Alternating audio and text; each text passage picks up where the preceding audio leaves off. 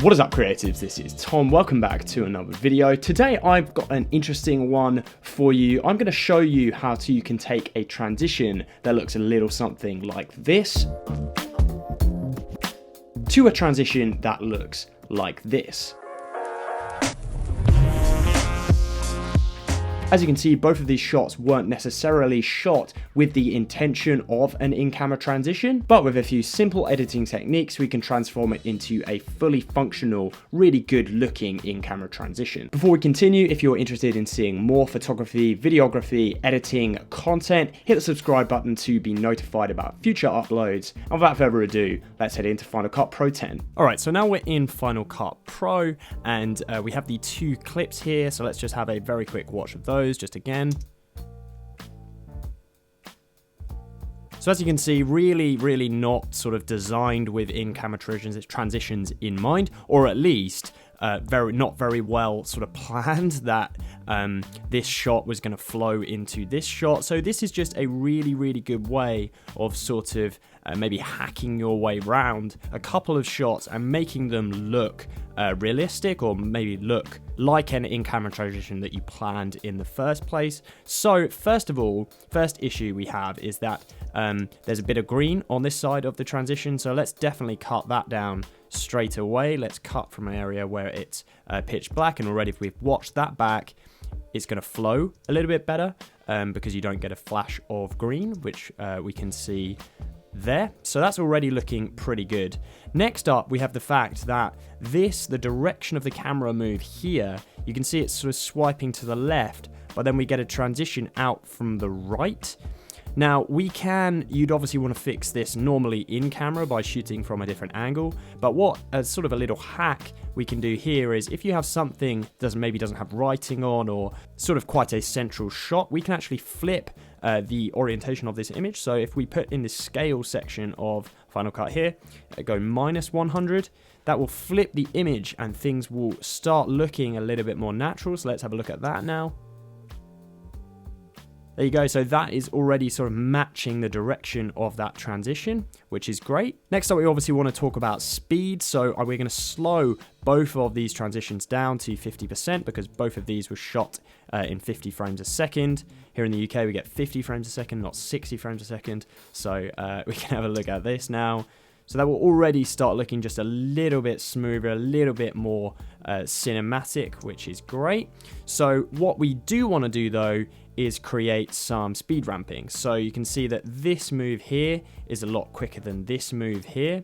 So we're going to select Shift B on the keyboard here, and we're going to speed this section of the transition up. Maybe just this one ever so slightly slower.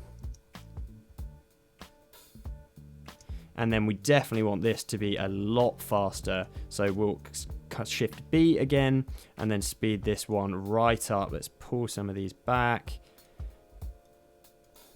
I'm basically sort of just going to play around with this transition until I can get a motion that I like. Eventually you will find one where the two speeds, this sort of speed here matches this sort of speed here, and things will start just almost flowing a little bit more. So let's just speed this up ever so slightly. Let's have a look now.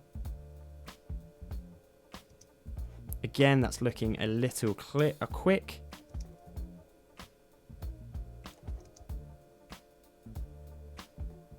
There we go. That is looking nice now to me. Let's have a look at that back. There we go. The sort of smoothness of that motion is really helping there. So next up, what we can do is sort of color grade or put some color tweaks on to help sell this transition. So you can see that the frame is not totally black here.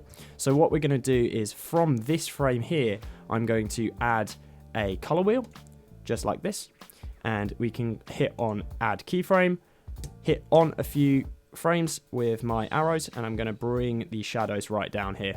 So this should essentially totally frame block the frame, and then we're going to do the same thing on this shot here. We'll right at the beginning, we'll add a color wheel, add that here, 1 or 2 frames on,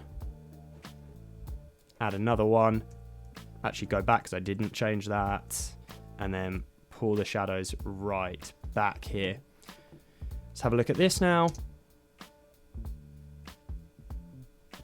There we go. That's definitely looking nice and clean.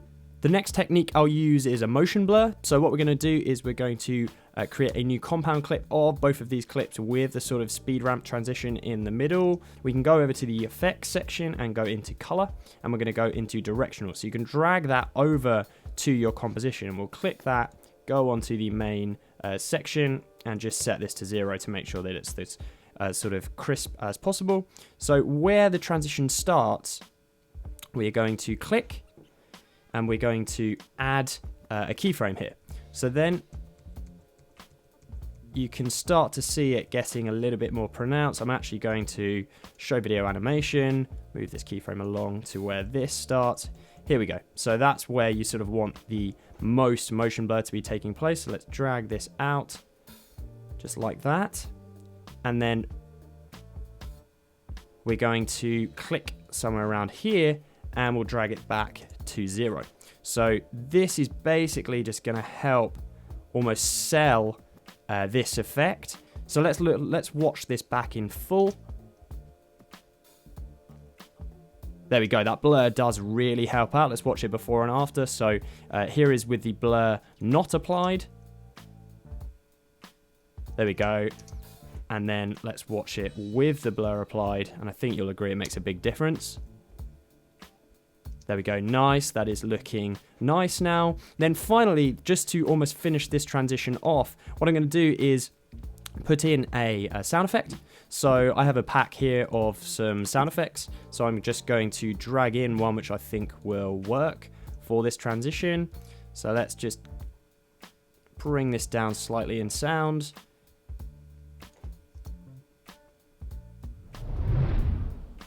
There we go, that's looking nice now. Now, obviously you would never have this sort of standalone, so let's just bring in a little bit of audio as well.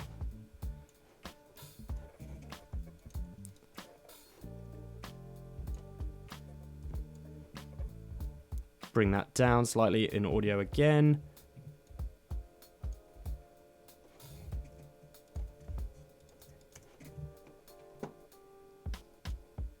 Now we can have a little look back at the entire transition as you would see it in a final video.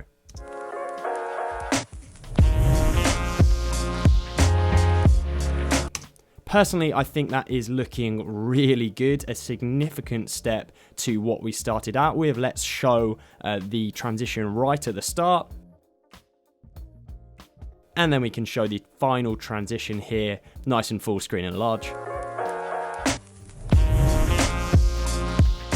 There you go, guys. I hope you think that is a significant improvement. Obviously, ideally, you want to be planning your in-camera transitions so they fit perfectly in the edit, but it is nice to have the techniques like this up your sleeve so that you're able to fix them. Hopefully, you have enjoyed this video. Hopefully, you have found it useful. If you have maybe learned something, please give the video a like. I would massively appreciate it. It really helps out the channel, helps me make more videos just like this one. And as always, I will catch you guys next time.